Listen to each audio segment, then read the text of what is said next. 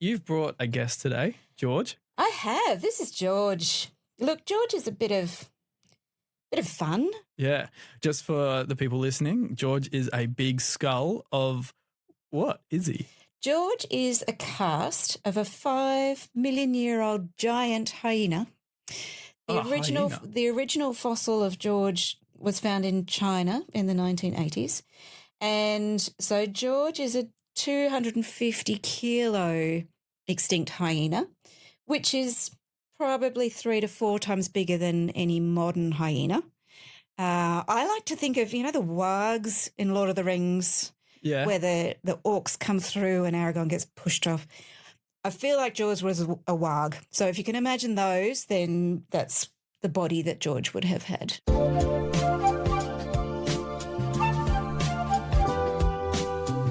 This production was recorded at the podcast studios in the Media Arts Centre at Murdoch University.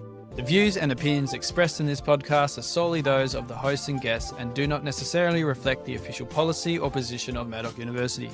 Any content provided by the hosts and guests are their personal opinions and are not intended to represent the views or opinions of the university, its administration, faculty, or staff.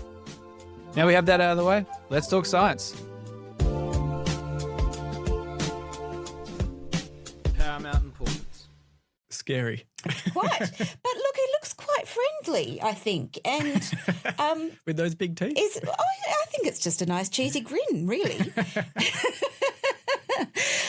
Look, just a great talking point. And obviously, I think science is cool, and anything that makes people smile and includes science is awesome. Yeah, 100%.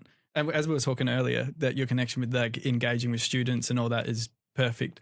But today we're going to be talking about marsupials. Yes. My very first question is, what is a marsupial? And how long have they been around? So marsupials are one of 3 living groups of mammals. So monotremes, which are only echidnas and platypus, are one group of living mammals. Placental mammals that we belong to is everything from cats and dogs and rats to people and other primates. And then the third group are the marsupials. And so that includes kangaroos and wombats and koalas and most of the things that people recognise as Australian animals. What makes them different, I guess the easy thing to say is that marsupials typically have some sort of a pouch. It doesn't always look like a great big kangaroo pouch, but they have a pouch or some way of looking after their babies, because marsupial babies are born really underdeveloped. So after, a few days to a couple of weeks of embryonic development, they're basically born looking a bit like a jelly bean, no fur, not really functional eyes, and most of their organ systems aren't even up and running. And then they move to the pouch so that they can attach to a teat. And most of their development happens being fed milk from their mother rather than spending most of their development time in the uterus of their mother and being nourished that way. Right. How do they get into the pouch? Because they're born obviously in the normal way and then they can't move, right? Well, they can. So one of the things that's really weird, you've got these jelly beans that don't look like much except they do have little arms. Mm-hmm. And often those arms have got tiny little claws on the end. So their arms actually develop at a much more accelerated rate to pretty much any other part of their body. So you've got a jelly bean with arms that crawls or wiggles its way under its own power towards the pouch, and it's following a scent trail. It's following a trail that often the mother will kind of lick some saliva so that there's a damp path for it to follow, but they're following a scent trail so that they can make their way into the pouch, find their way onto a teat, and then they attach and they stay there for months. Right. Wow. I didn't know about the licked trail from the mum. Some of them, yeah. Yeah. Right. So I imagine they would dry out as well pretty quickly. They would do that continuously, and that tends to be in the bigger marsupials where there's quite a long way for the babies to go.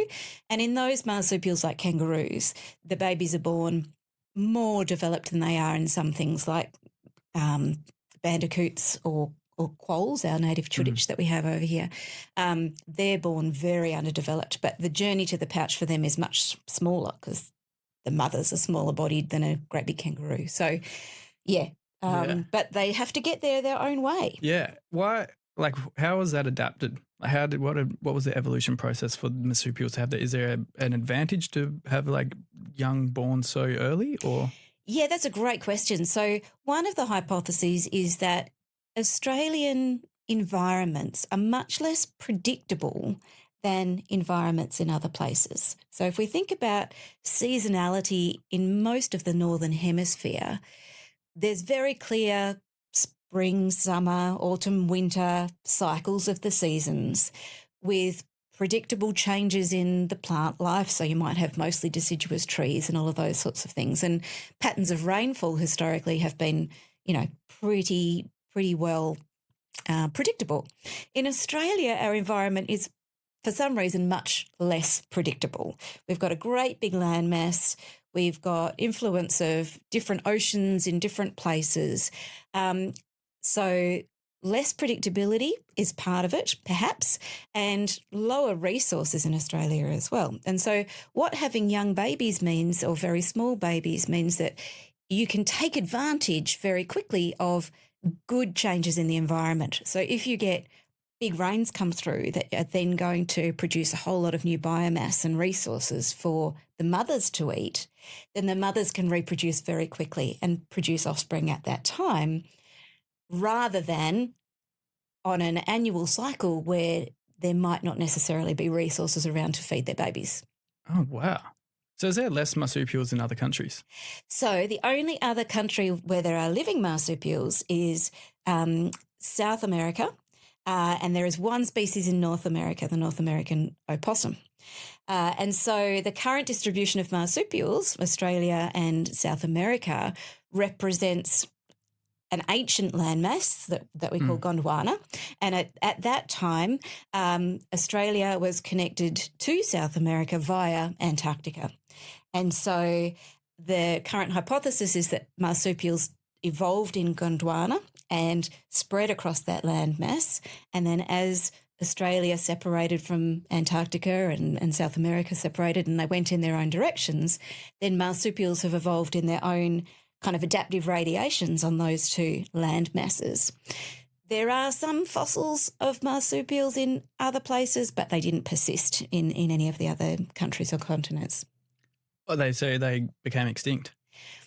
It was a very long time ago, so they didn't persist and radiate because probably they were under competition from other groups of animals, like placental mammals, that were radiating into those environments at the same time. Oh, right. Wow. I actually had no idea. I can't believe I feel a little bit something I should have known. Wow. Okay. So it wouldn't be because of the seasonality variability in other countries like you mentioned before, maybe? Who knows? I think there'd be lots of hypotheses around that. One of the enduring hypotheses is that they were outcompeted by placental mammals in most of those other places.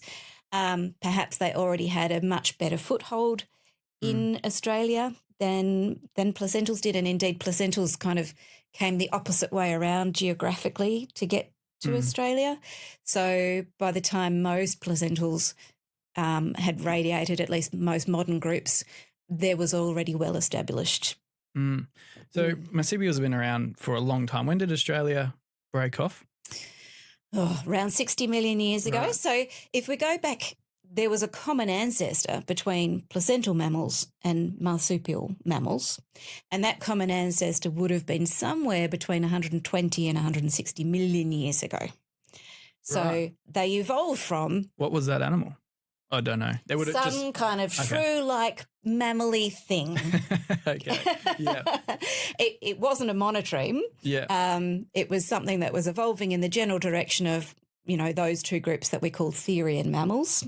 And in some places they evolved this way and in other places they evolved that way. And some of that's random and some of that's adaptive. And yeah. Well, because Australia is so unique. If we've got the only place with monotremes as well. Yes. So that's crazy. Yeah, it's really interesting, and Australia has been isolated by itself for a very long time. Continents have always been moving and they gradually crash into other parts of the world, and then you get mixing of species from those areas. In Australia, there was a very long period of isolation, and so the marsupials had a long time to adapt in lots of wonderful ways to Australian environments, and those environments also change over time.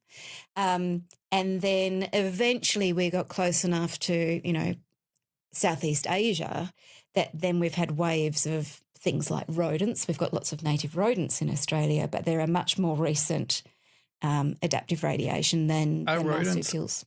Marsupials? No, so rodents are placental mammals. Oh, right. Okay. I did have that wrong then.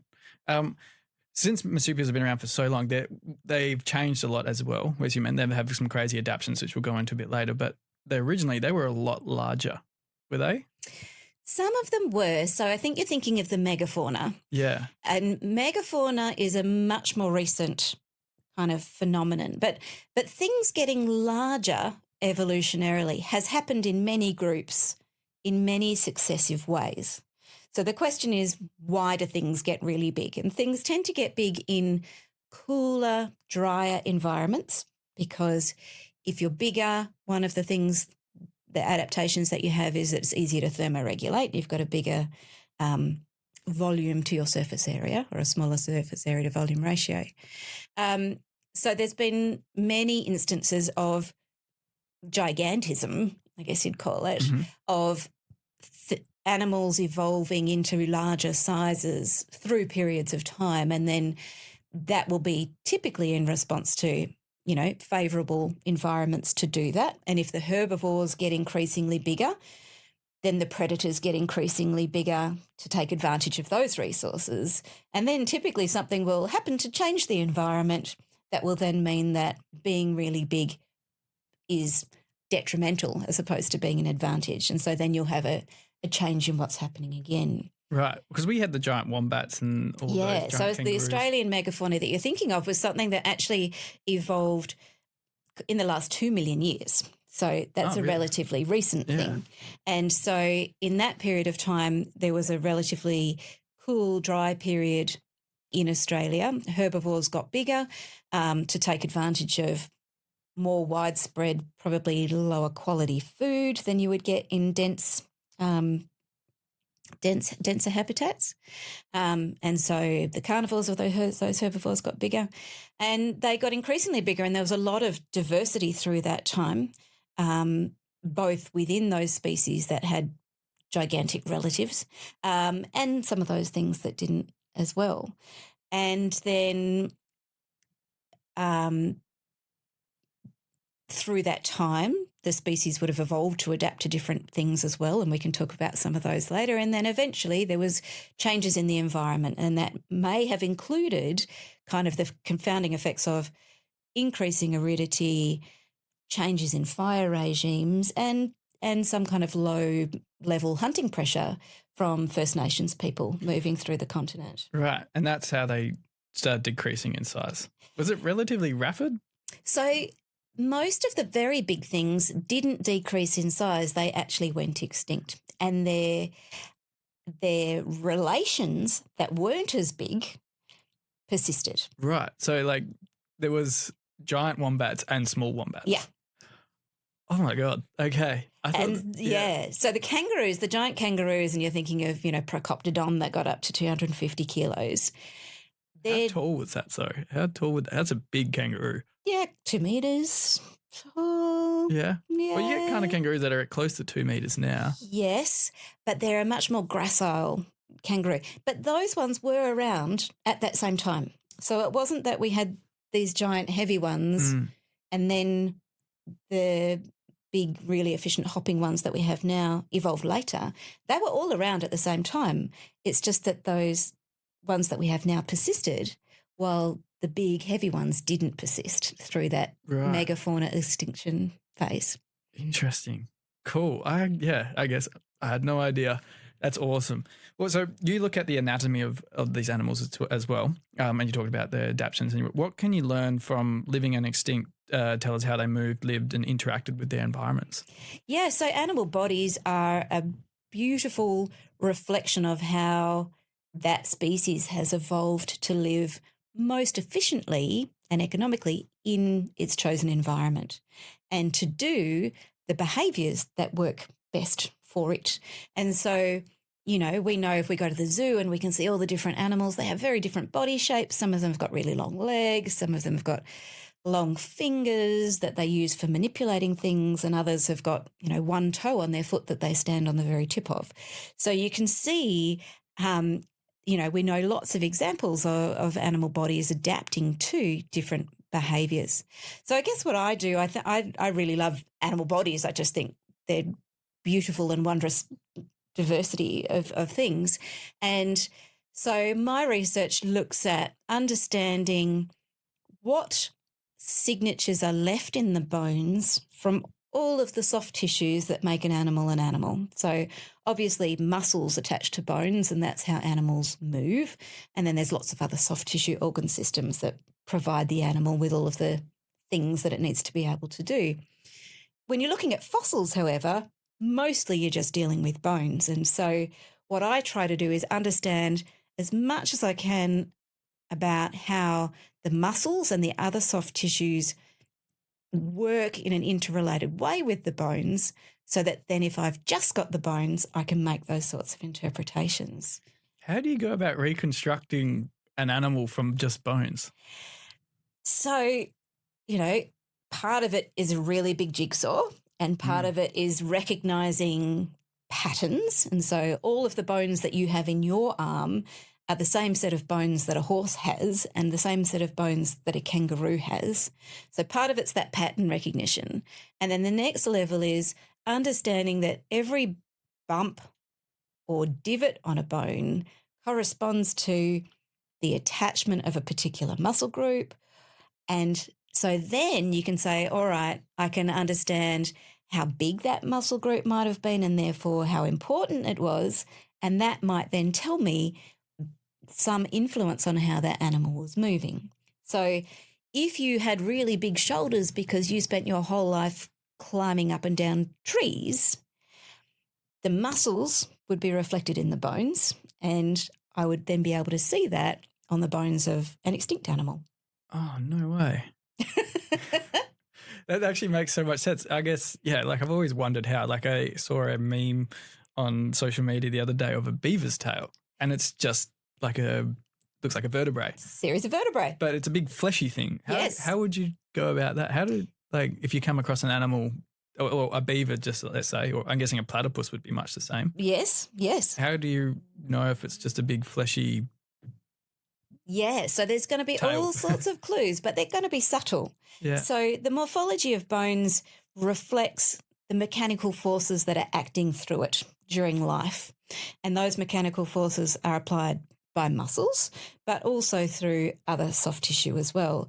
So even though those bones within a tail of something that's got a big fleshy tail would be a series of vertebrae that we would recognise as caudal vertebrae of a tail, the actual size and shape of the little processes that hang off the sides of them and underneath and on top of them give us clues as to the sorts of forces that were acting through them that will then say, was it moving more in an up and down sort of a direction or a side to side sort of direction, and what sorts of other tissues were holding those bones together and acting with them.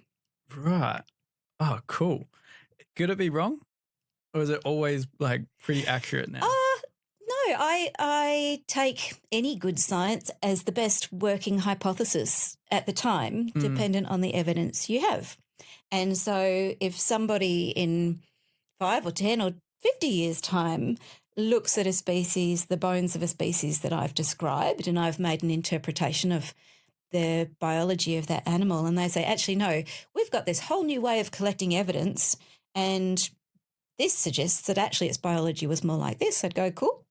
Yeah. So I think as a paleontologist and a scientist generally, you're making hypotheses that are based on a huge amount of experience, okay? So there are a handful of people that would have spent as much time as I have looking at the muscles and bones of marsupials and being able to make those sorts of interpretations. But if somebody comes along later and has a different interpretation, as long as they can articulate the evidence for that and make rational arguments about that, then that's the process of science. Yeah, yeah.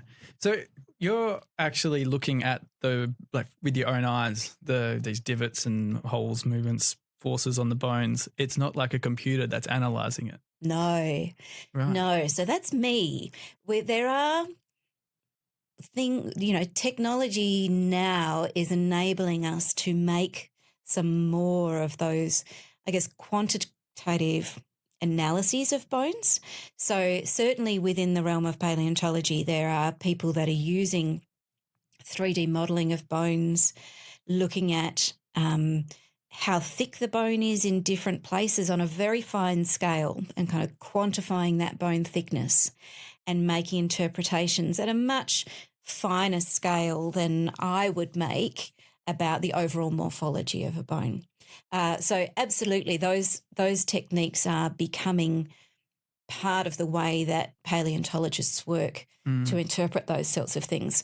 Another thing that we do, and some of my students are doing it now, is to get a really good medical quality 3D scan of the bones and the muscles, basically doing a digital dissection of those muscles, which is very time consuming because you have to go through every muscle in every slice of your medical image. And then using that to run simulations, models of how those muscles and bones work together. So you can now start to test these hypotheses that I make based on what I know about how animal bodies go together, to test those in a quantifiable way, which is fantastic. Yeah, yeah. Do you make like multiple sort of options, or is it always like when you're like finding a new fossil, right, and you don't know what this animal is, does it, when you like sort of finding all the little bits and then putting it together, does it sort of come out in multiple like morphologies? Not really. I mean, animals are interesting in that they're kind of modular. Okay. So if you think of a forelimb as being one module and a hind limb as being another module and the skull being a module and the vertebral column being one, you kind of start with a hypothesis that probably this is going to be most like its nearest relative. So the first thing you probably try to do is work out what its nearest relatives would be. So then you have an underlying hypothesis of, okay, this is a wallaby that's most closely related to a swamp wallaby, so I'm going to expect that its body is pretty much going to look like a swamp wallaby. And then you go through and look at each of the modules, the forelimb and the hind limb and the skull, to see if what is there evidences that effectively null hypothesis that it's going to look like its nearest relatives. And then in doing those comparisons, if you see parts that are a bit weird, you go, oh, that's interesting. That's not what I expected. Let's see if we can come up with a functional reason for that. And so amongst some of the fossil kangaroos that I've looked at, there's been some really interesting examples of that. In the 1990s, there was some caves were discovered to have a whole lot of marsupial fossils in them on the Nullarbor plain. And there was big collections, and at some point, once they were in the WA Museum, I was invited to go and be part of the team that described those bones. And, you know, we kind of classified them into these are kangaroo-like things and these are rodent-type things and, you know, whatever else is there. And then you gradually look through them and you say, okay, I know this is a kangaroo bone, but it doesn't look like what I expect. So why doesn't it look like what I expect? And what's different about it?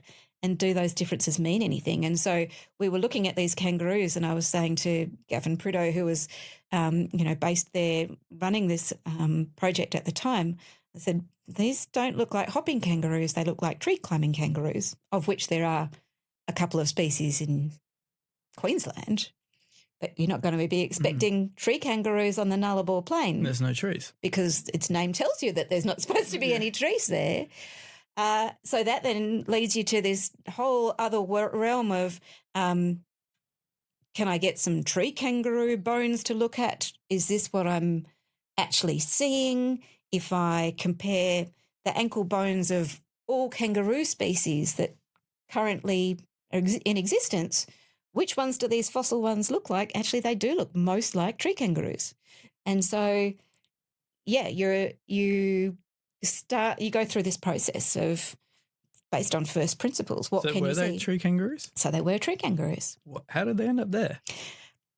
That's a whole long story. But how the short version is that tree kangaroos, or at least the ancestors of modern tree kangaroos, probably evolved 5 million years ago at a time when we had decreasing forested areas in Australia, but there was a wetter period, and so probably we got some renewed areas of denser forest.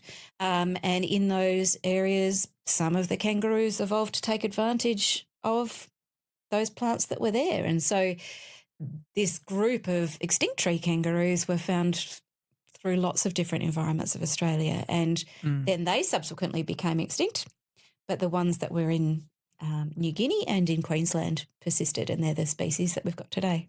Right. Wow. Cool. How, like fossils, they have to, the animal has to die in a certain environment for the fossil to be, their bones to be preserved. So what kind of like environments? It's clay. Is it just clay, or is there multiple like in caves? So you have to be really lucky for fossils. Yeah. So one way that they typically are formed is if they fall into water bodies and they're submerged, particularly under layers of mud that doesn't have a lot of microbes. So you would get kind of deposition, where we call that sedimentary sort of deposition of mud sitting on top of the bones, and then the bones get, over time, a long enough period of time, they'd get mineralised. So mostly it's kind of associated with water, but certainly in caves as well. And so the Nullarbor caves and Margaret River caves down south basically acted as great big pitfall traps, and animals fell into them, didn't die in the fall but couldn't get out and crawled off into a corner and basically were left there. And so all the soft tissue decomposed, but the bones remained. And so either very dry environments when things aren't going to be disturbed by scavengers or other environmental processes, or water bodies where they get quickly submerged and covered. Right. So they have to be very lucky for an animal to find. I'm guessing there would also be so many animals that may never be found. Absolutely. And it's one of the challenges of paleontology is that often you will have very few specimens of a particular species to make hypotheses about. And obviously your scientific interpretations are going to be better if you have greater numbers of things that you can say, well, I predict it's this. And one of the arguments that people often make about paleontology is, well, how do you know that one wasn't just a weird one? Like, well, it would be unusual for the one thing of this species that was preserved to be a weird one. So, but yeah, it is a challenge of paleontology that often you will have very few samples. Is it still new species being discovered?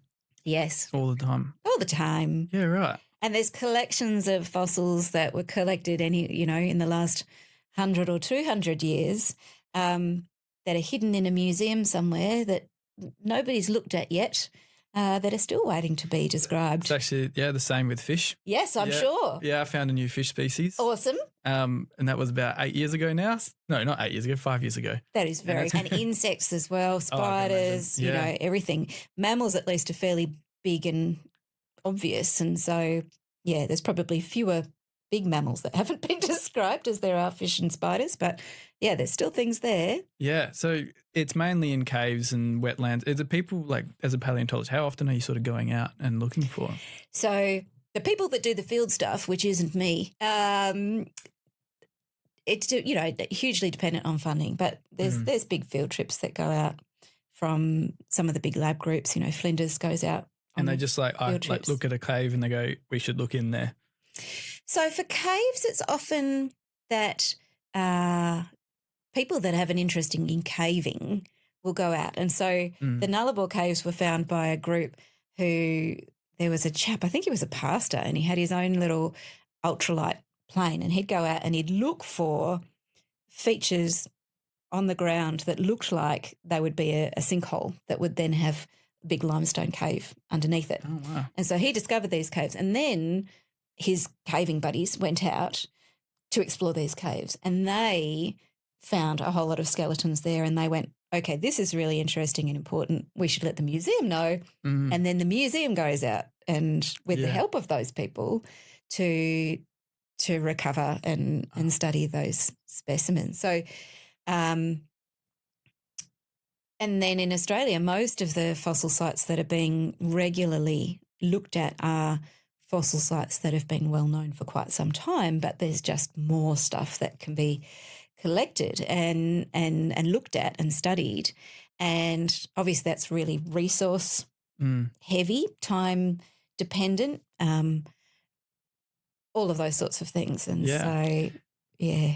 Going back to looking at the bones, how do you tell a mammal, well, how do you tell an animal was a marsupial with a pouch? Because that's not a pouch isn't attached to anything.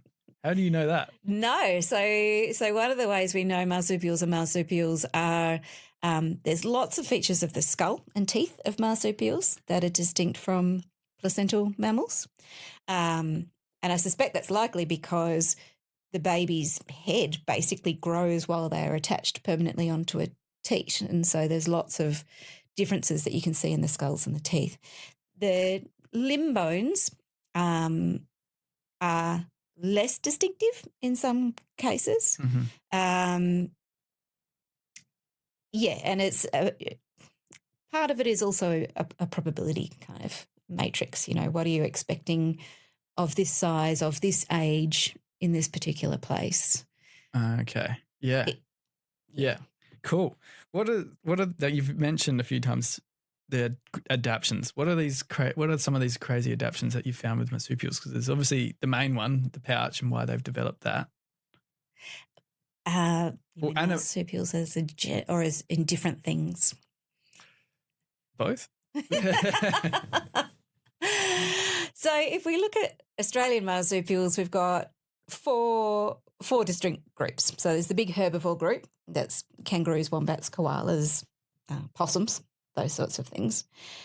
And amongst them, you know, kangaroos are really interesting as the biggest bipedal hopping mammals that have ever evolved. I mean, that's really cool. And so most of their skeleton, their musculoskeletal system is adapted for that. So that's really cool.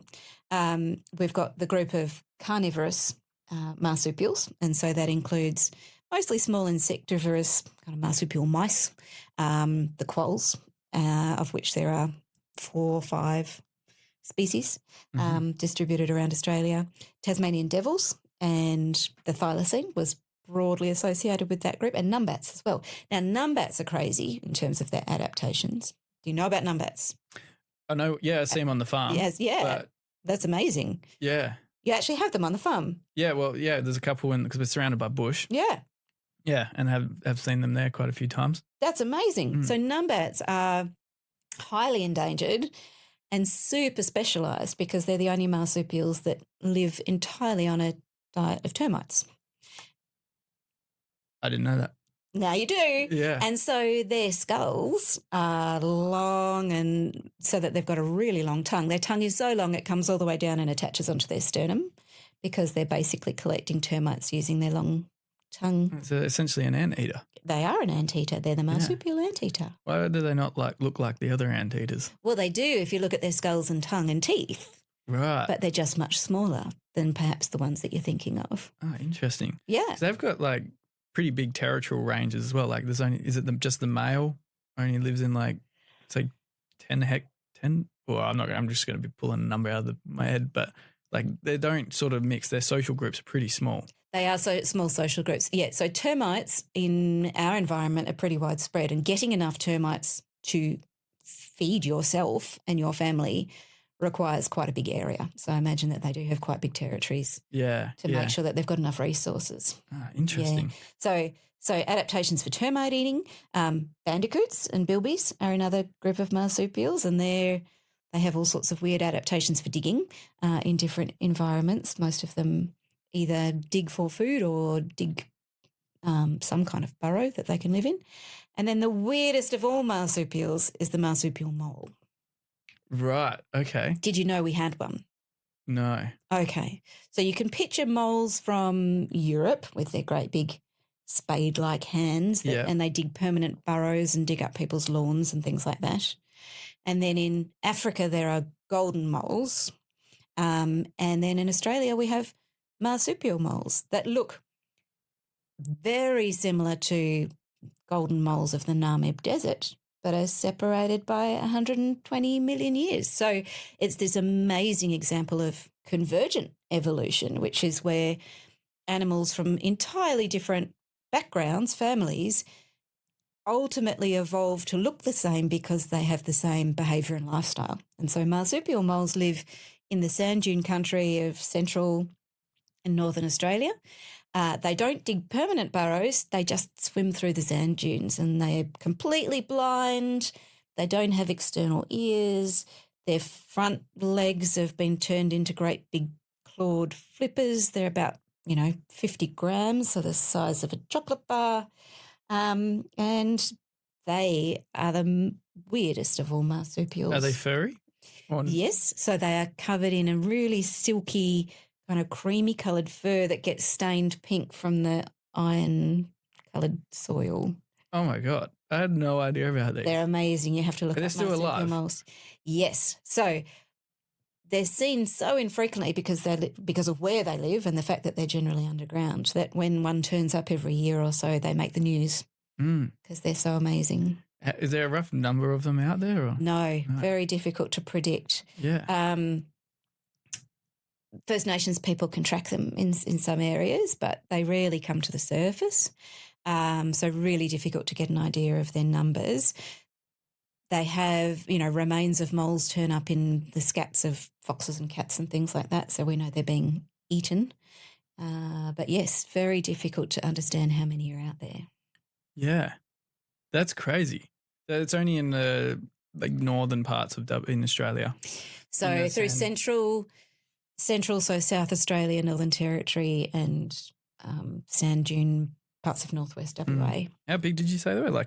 Roughly about a small foot. Oh, tiny. No, like chocolate bar. Oh, I thought you said that was their feet. No. The chocolate bar is their whole body. Oh, they're tiny. Yeah. Wow. Super amazing. Yeah. Crazy adaptations. Their whole body is adapted for moving through sand dunes. Right. I'm definitely going to look them up after. Definitely. Yeah. I'm surprised they're not more on like any David Attenborough show or anything like that. Not a lot of footage of them. No. Yeah. Difficult. Yeah. Well, I wouldn't say inspires people to go look for them because they probably should be left undisturbed, especially living underground.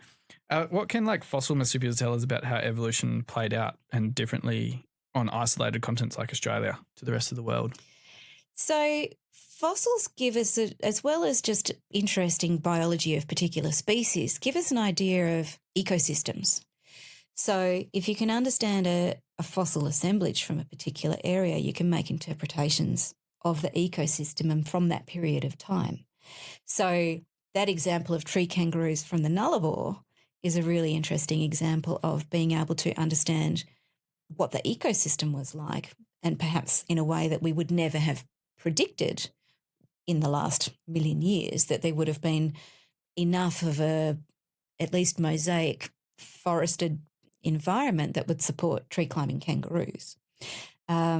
So by following animal adaptations in individual species and then looking at that more as a community structure of an ecosystem, we can see how different environments of Australia have changed over time. So we know that one of the major things that happened over the last 20 million years in Australia was, big areas that would have been forested gradually became more open environments and ultimately grasslands into arid deserts. That's a change that's happened over the last 20 million years. And so we can trace the evolution of animals through that time that correspond to that. And we can also conversely make interpretations of those changes in the environment from the fossils. Right. Oh, cool. there's obviously different ways that adaptation and evolution has converged or made. And what is the different types of adaptation? Like, what are the driving forces usually? Is it just the environment, or is it could be like you said earlier, like human hunting has changed, like they made them smaller and stuff? What is like? Yeah. So there are a number of things that we would call selective pressures that can drive evolution. So evolution is effectively a change in the frequency of particular characteristics over many generations. So, and it's mostly driven by being better equipped to survive than your neighbour in a particular environment, which means that you're more likely to reproduce and pass those genes on to the next generation. So in mammals, and particularly long-lived large mammals, that tends to happen very slowly because the reproductive rates are quite slow. But the coolest example of evolution on a small time frame that I often give to my first-year students is the impact of cane toads on animals.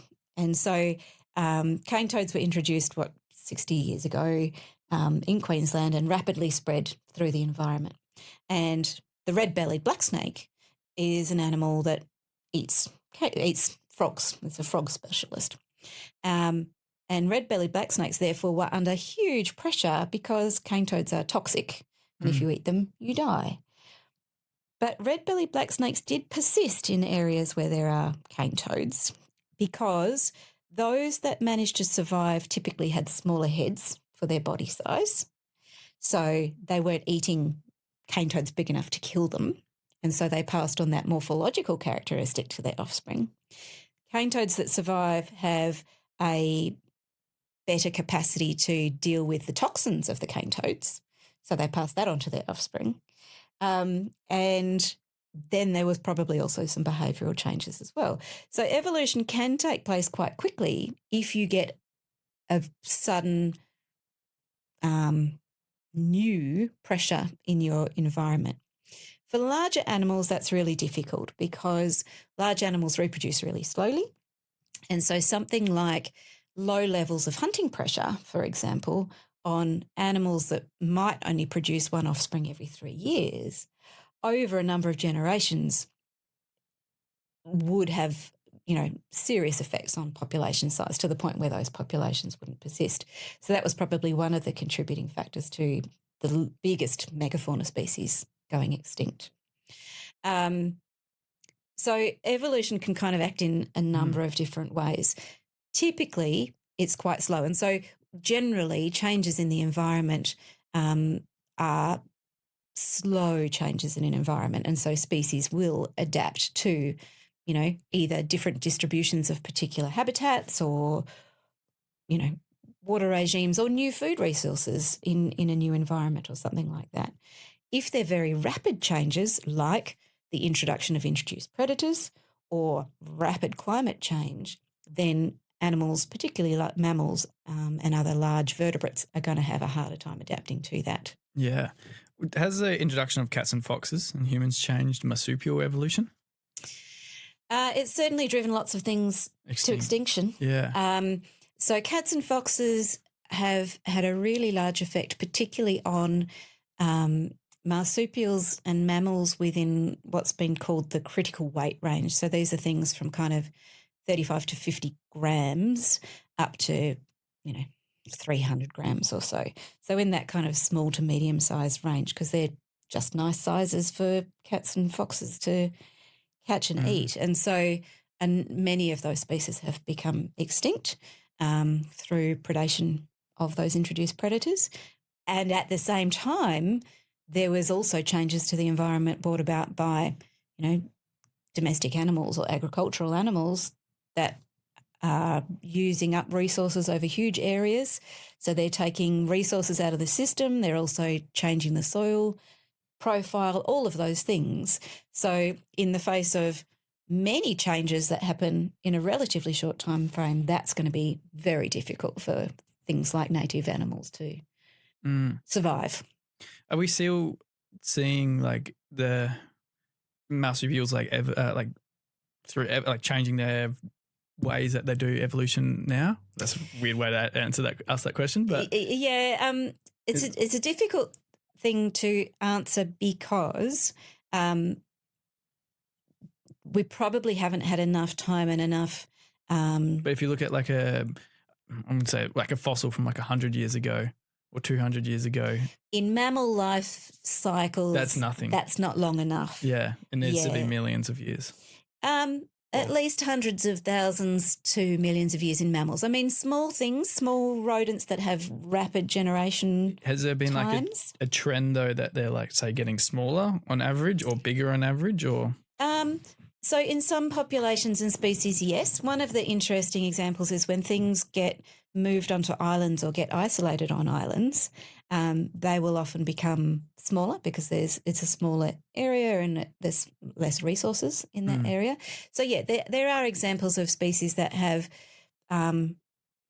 evolved in directions of, subtly different body size over the time of the last 200 years where white people have been in Australia and introduced predators and such.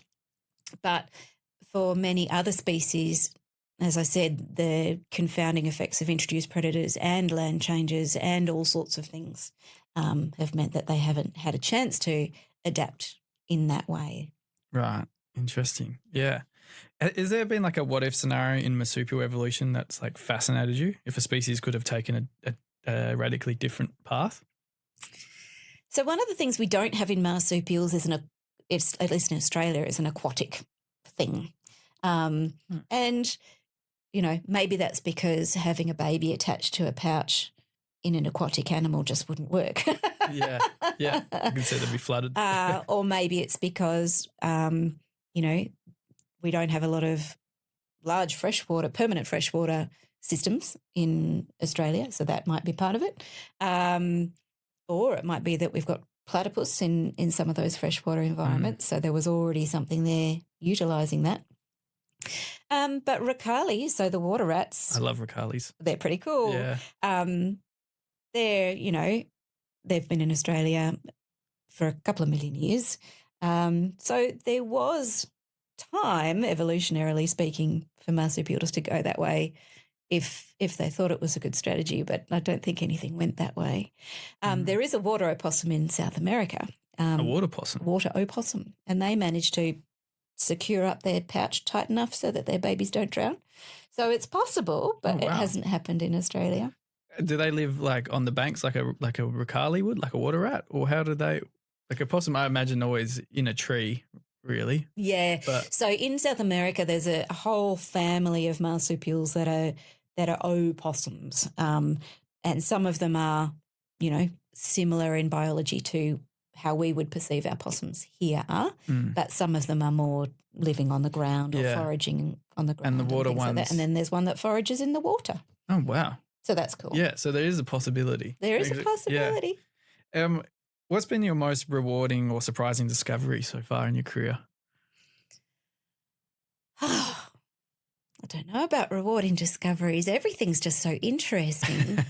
Look, I think it's really it's certainly rewarding to be able to apply the information that you learn, the knowledge that you learn over a long period of time to interesting and new puzzles and problems. And so, I feel really lucky and privileged that my expertise enables me to work with really diverse people, including in the paleontological area. And when there's the opportunity and people say, look, we've got this cool thing, would you come and help us have a look at it? That's just amazing to be someone that people ask an opinion of, that's amazing. And I think being able to share that in lots of different ways is really rewarding. I've obviously done a huge amount of teaching and science communication. Some of the most rewarding things are when you go to a group of school kids and you walk in with some skulls like George or something else, and everyone goes, "That's a dinosaur!" And just the joy of crazy science is awesome. Yeah. I really love that. Yeah. Oh, awesome. Has there been like some strange, when you've come across some fossils and you're going, oh my God, like, well, I guess the tree kangaroos. Tree kangaroos. Yeah, would have been one. Has there been like other times like that as well? Or So something that's not fossils, but something that I find fascinating and nobody has looked at, but I have a research student looking at now, is reproductive anatomy. And so, people have this idea that the anatomy of all things is well understood and well known, and it's all been looked at before.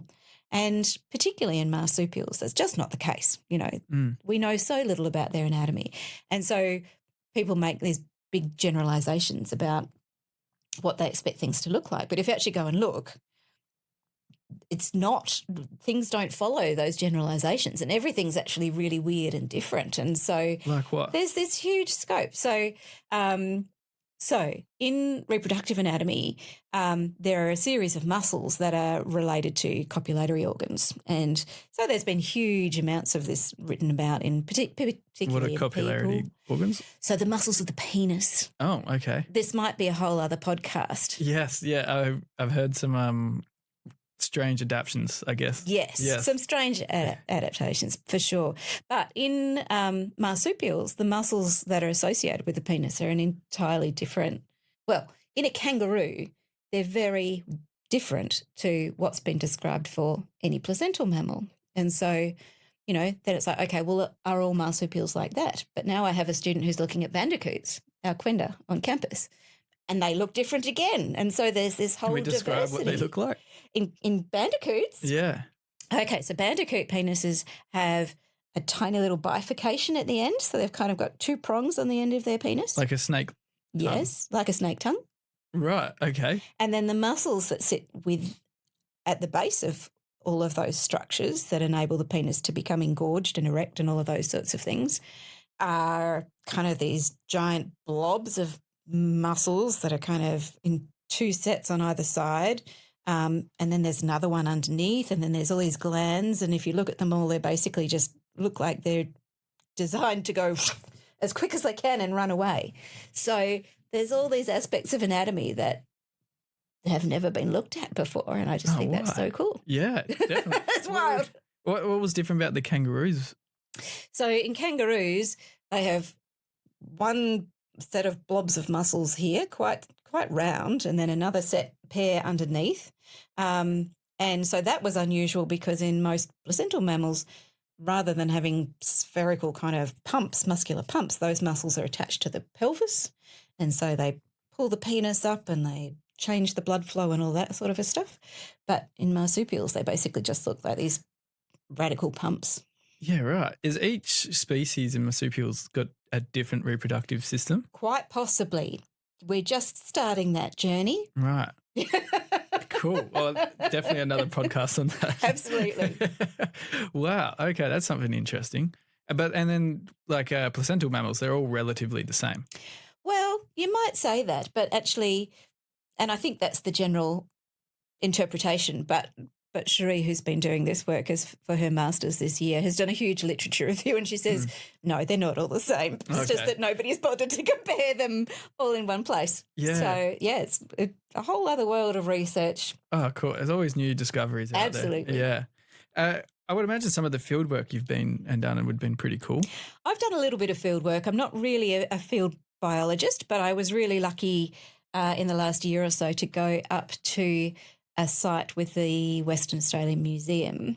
So up near Karratha, in one of the lake systems, there's this huge amount of diprotodon fossils. So diprotodon were the biggest marsupial, up to 2.5 tons of something that was vaguely reminiscent of a wombatty, berry giant thing, basically a marsupial equivalent of a rhinoceros, maybe without the horns. So wow, really big marsupials. Yeah, furry? Furry, yes. Pouched, yes. There's been a fossil found that has a pouch young. Oh, really? Yes. And so I would imagine they would have been the size of like a normal wombat. Yes, like a watermelon. Yeah. Large watermelon size, or wombat. Yeah. Anyway, there's a site where for some reason there's all of these diprotodon fossils, skeletons, in this dried up riverbed that floods once a year. And so the WA Museum has been sponsored by the mining company that holds the lease that sits in to go up and retrieve some of those fossils and study them in situ and try to work out how many there are and what time period were they deposited over and why are there so many in one place and all of that kind of stuff. So I was really lucky to go up on a field trip with them last year.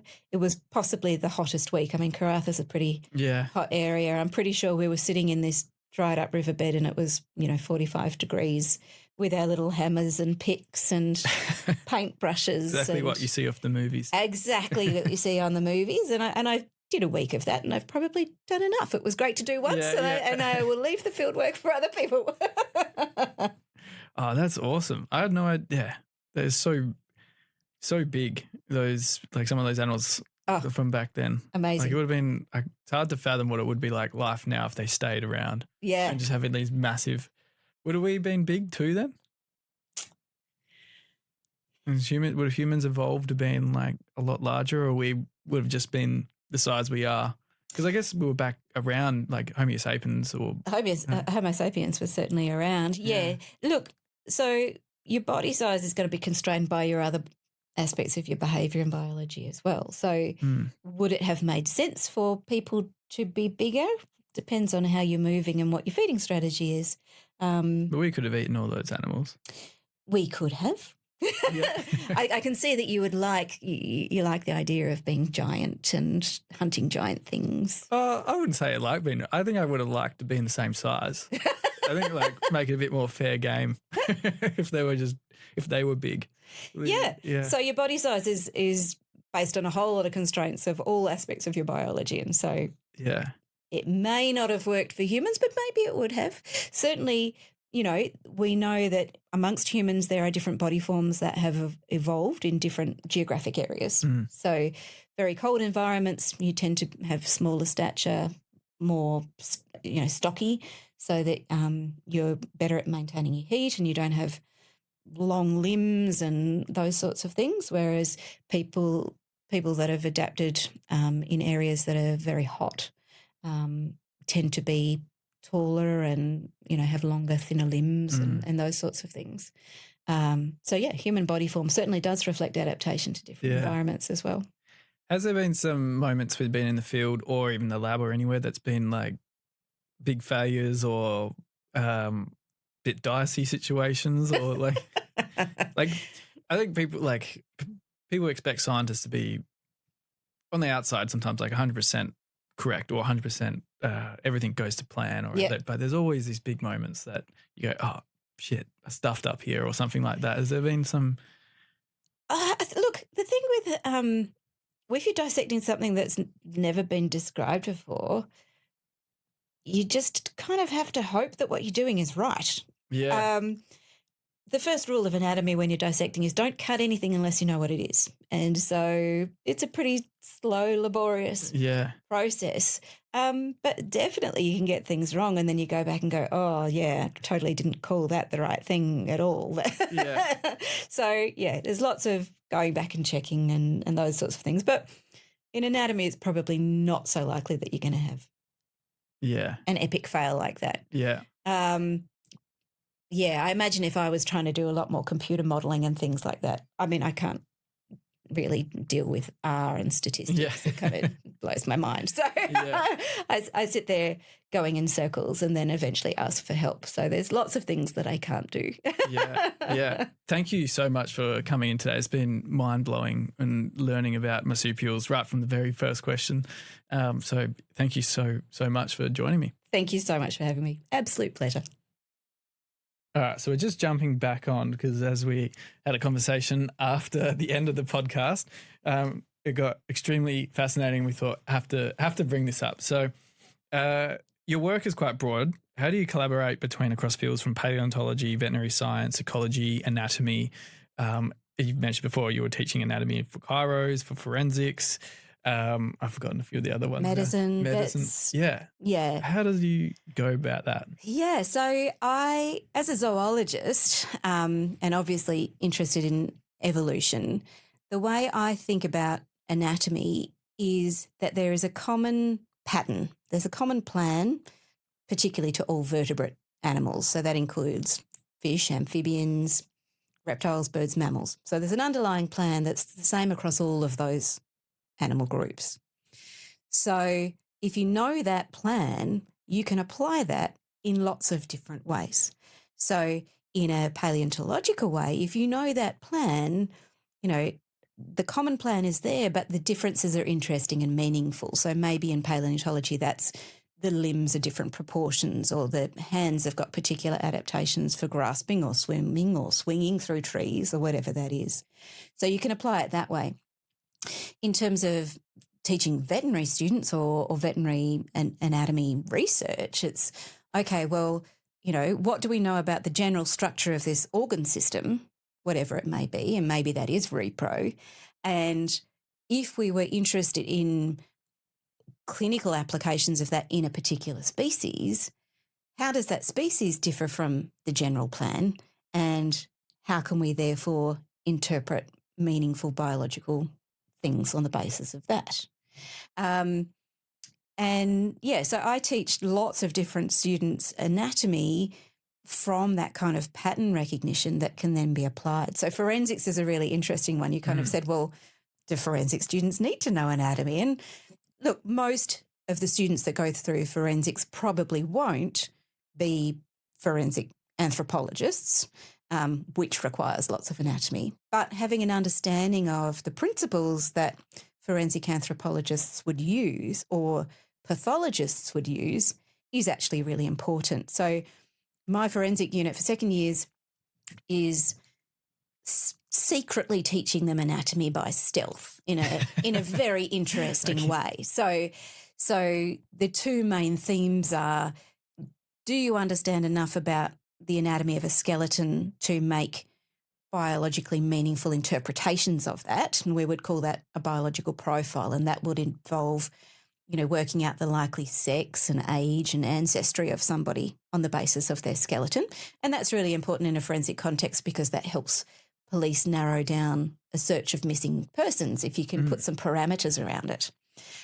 So that's one of the components. And the other component is, do you know enough anatomy to understand an autopsy report? And obviously many people in the forensics field are going to at least need to be able to make interpretations from reports or understand how they've been put together.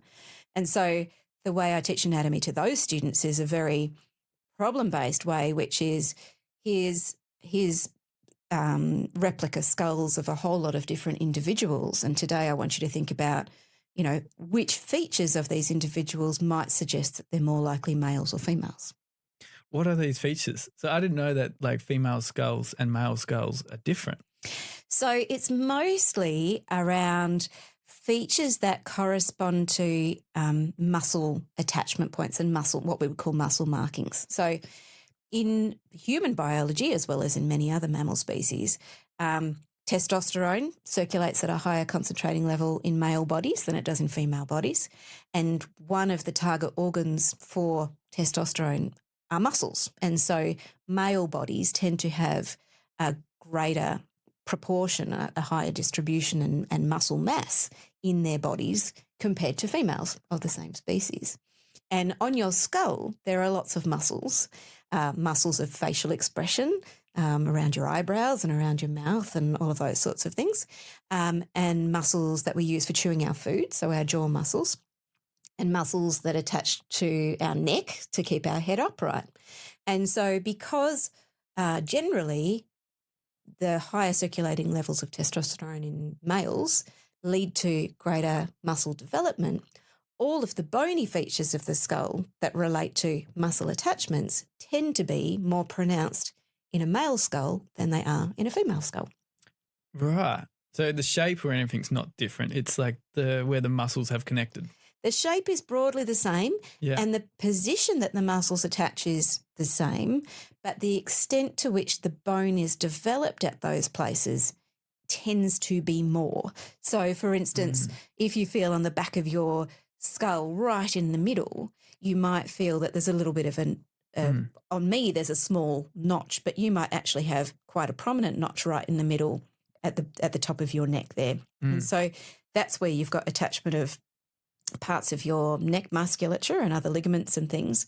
And so that tends to become more pronounced. More bone is laid down because there's stronger muscles attached to it.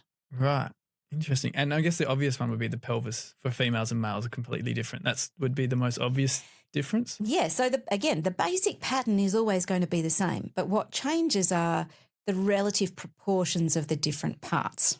So a male and a female human pelvis, a male pelvis tends to be kind of narrower, taller, with a smaller central cavity than a female pelvis, which tends to be overall broader and shorter and with a larger pelvic cavity to help distribute a different body frame, basically, and to help distribute the forces that a female body has to withstand when they're carrying around a large, full-term baby.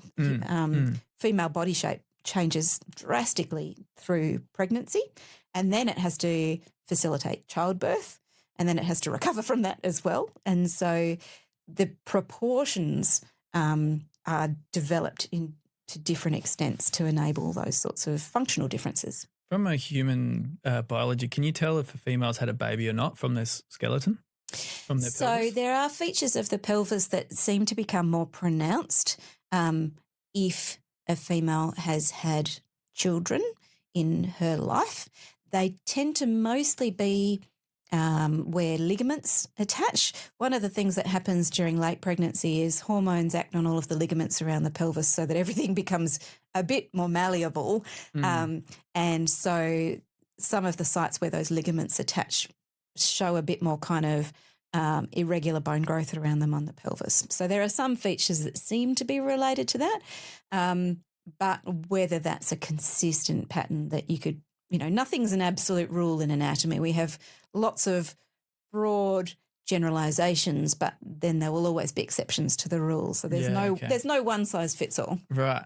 I'm going to jump back to a different topic, but we were talking about that I found extremely fascinating about when we talked about the amount of fossils for certain species. There's only like one. Sometimes that's the case, yeah. So some species have been described just on the basis of some teeth. Oh, really? Yeah. Teeth are great in the fossil record because they're the densest tissue in the body. They're really highly mineralised, so they tend to degrade much, much slower than anything else in the body. So teeth persist in the fossil record much better. And teeth are really highly characteristic in species. So you can get species level differentiation on the basis of just the cups and the cusps and the grooves on but that just tells teeth. you what they're eating, right? It tells you what they're eating, but it's also specific to particular species. So we would say that it's taxonomically significant. So you can diagnose which species something belongs to on the morphology of its teeth. Right. Say we didn't have any fossils of kangaroos. Yep. Would you be able to tell from just the teeth if it was a tree kangaroo or hopping kangaroo? So there are some features of the teeth that people that are much better at teeth than I am would be able to tell you which genus it belonged to, so which part of the kangaroo family tree it belonged to. You would be able to tell whether it was a grazing, grass-eating kangaroo or whether it was a browsing kangaroo, so it was taking softer, juicier leaves from shrubs and things rather than grass. What you couldn't tell was how it was doing that in terms of the rest of its body. And so actually one of the species I described is really interesting. It had been named before. This was Congruous kitcheneri. Kitcheneri. Kitcheneri. So it was named after a man whose surname was Kitchener. Okay. Yep. But its genus name, Congruous, was basically saying they're congruent with what I would expect wallabies to look like. And this species was based on skull and teeth without any of the remaining skeleton. And Then from the Nullarbor deposits that I mentioned earlier, we identified a number of skeletons, and in fact 2 fairly complete skeletons that had the skull and teeth that told us it was from that species. But the rest of the body of that kangaroo wasn't really congruent with what we would expect a wallaby to look like. And so this was indeed another group of kangaroos that were at least sometimes climbing up into trees to get leaves or perhaps creepers and things like that from this area as well. So they weren't related to tree kangaroos, but they were another distinct group of kangaroos that had adaptations in their skeleton, particularly their arms. They had enormous hands with big, sharp, curly claws, huge muscle attachments on their arm bones, slightly shorter, more broader feet than you would expect for a kangaroo. They weren't hopping. They could hop, but they weren't as efficient at hopping as our grey and red kangaroos. So they were doing something different again. Yeah. And so that's an example of sometimes species in paleontology are described from quite fragmentary remains, and then later on more remains or specimens turn up and you have to revise your hypothesis. So that was one of those instances where me being able to put the body back on these kangaroos completely changed our understanding of its biology. Wow. How many bones do you need? Or like we spoke before about fragments, like how much do you need to? It kind of depends on which bones you get. Is there a most important bone? So most paleontologists would say that teeth are the most important because teeth are quite diagnostic. Then skulls are really useful because skulls are really complex structures. They have muscles associated with, how you catch food, how you process food, how your sensory organs are aligned and which way your eyes face, and do you have big ears that are adapted for particular frequencies of sound and all of those sorts of things. But then probably the next most interesting part of a skeleton that's really helpful are ankle bones. Ankle bones? Ankle bones. That would tell you how they moved. Yeah, so ankle bones seem to persist quite well as fossils. They're not too small that they disappear, but because they have huge mechanical forces acting through them in life, they're quite dense. And they also have really characteristic shapes. So there's you've got about 7 different bones that make up your ankle. So you've got joints between them that are all modified to the particular way that you move.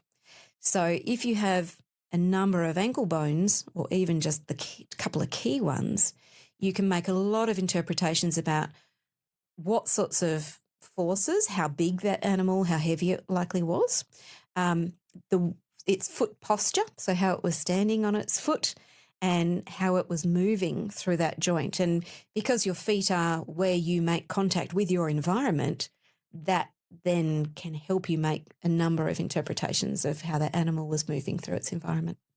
Right. Wow. So they tell a whole nother story. Yeah. Just those 3.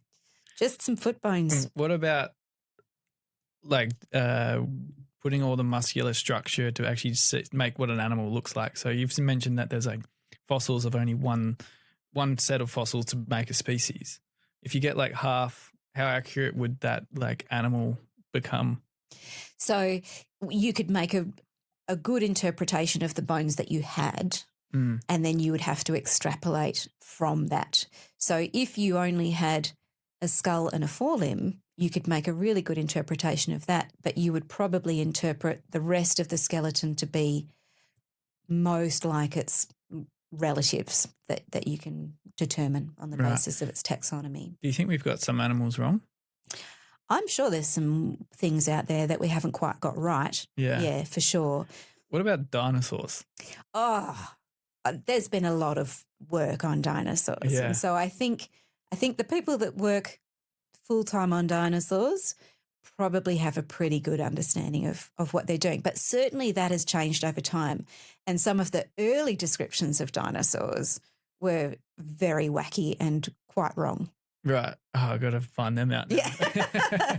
Yeah. So the early dinosaur wars or paleontologist wars between people that wanted to describe all of the dinosaurs had some fairly shady moments in the history of dinosaur paleontology. There was reconstructions of things that were composites of different skeletons that had been put together to. Oh yeah, like the platypus. They thought it was. People thought the platypus was a weird composite, some kind of random joke that had been played on the museum. But no, platypus are just really weird. Yeah, they are.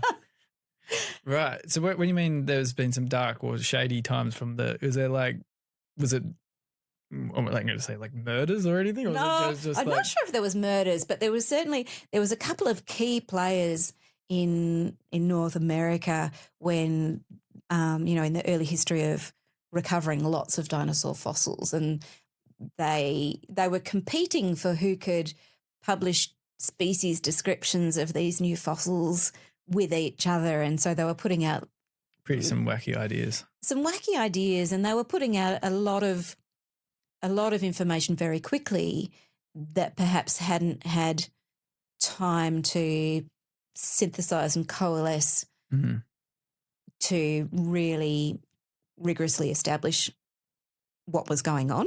Whereas since that time, there's been, many more fossils found, many people working in that area. And I guess that comes down to, the peer review process that we use in scientific writing is when we write a paper, before it gets published, other scientists that are not affiliated with us paper and see determinations about, okay, have I for this hypothesis, for this behaviour that I've interpreted in this skeleton? If somebody else looked at these bones, would they make similar interpretations to me based on what we know about how animal skeletons are put together, those sorts of things. So, there's rigorous conversation and assessment of scientific work when we put these things out for publication. How far has the computer modelling come with all this? Do you think people like paleontologists are maybe going to lose their job? Or their jobs are going to change. No one say lose their job, because when it comes to, you said you look at a bone, you can do all the see all where the muscles are attached and the divots and all that. Has the computers modeling and all that come so far that you can just get a scan, put it in there, and then Not yet. No. Not yet. And I think that's quite a long way off. It requires huge resources, and also, all jobs are shifting at the moment with AI, with artificial intelligence. You still have to have people that have the fundamental knowledge. So at some point, if AI is going to do that itself, all of that fundamental knowledge has to be somehow transferred to that in a way that it's not going to hallucinate and make stuff up, which seems to happen quite a lot. And in terms of building mechanical models of things, it's like if anybody's trying to get AI to write something for them, if you ask it a really general question, it'll give you a really general question to answer back. And if your knowledge is not sophisticated enough to check if that's right, then it's fairly superficial and not particularly useful information. So to get useful models of animal skeletons or animal bodies moving, you have to have pretty sophisticated knowledge yourself to make rational sense of what that computer is generating. So I don't think people are going to be done out of jobs. I think these can certainly become tools that enable us to test things in different ways, but it still requires people with the knowledge to make sense of that and to ask sophisticated enough questions to get useful answers back. Interesting. Yeah, I gotta admit, I always thought that when these animals have been materialized to show their shape, it's here's you put a bone and it gets scanned by a computer, and then the computer just builds something. But it's all people like you that have done that. Yeah, which is crazy. It's I gotta admit, it's you obviously got to have quite a creative mind as well. What about colors?